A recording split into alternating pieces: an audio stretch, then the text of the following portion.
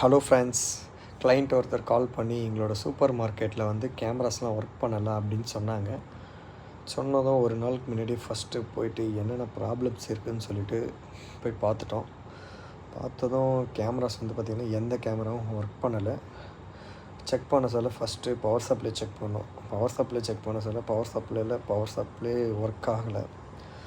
அடுத்தது next check பண்ணோம், கேமராவை பவர் சப்ளை செக் பண்ணோம். கேமராவோட பவர் சப்ளையும் ஒர்க் ஆகலை. அதுக்கப்புறம் என்ன பண்ணோம், ஆஃபீஸ்க்கு எடுத்துகிட்டு போயிட்டோம்.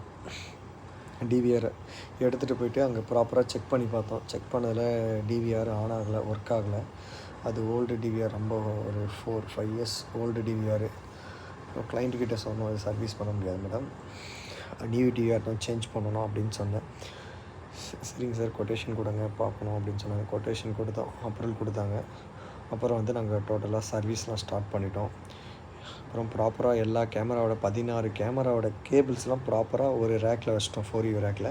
இன்னொரு 4U ரேக்கில் வந்து பார்த்திங்கன்னா எல்லா கேமராவோட பவர் சப்ளையும் தனியாக வச்சு கொடுத்துட்டோம்.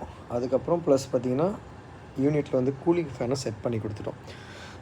கூலிங் ஃபேனை செட் பண்ணி கொடுத்துட்டு அதுக்கப்புறம் டிவிலையும் கான்ஃபிகரேஷன் பண்ணியாச்சு, மொபைல்லையும் கான்ஃபிகரேஷன் பண்ணி கொடுத்துட்டோம். லாஸ்ட்டாக இதோட அவுட்புட் வீடியோ இருக்குது, பாருங்கள்.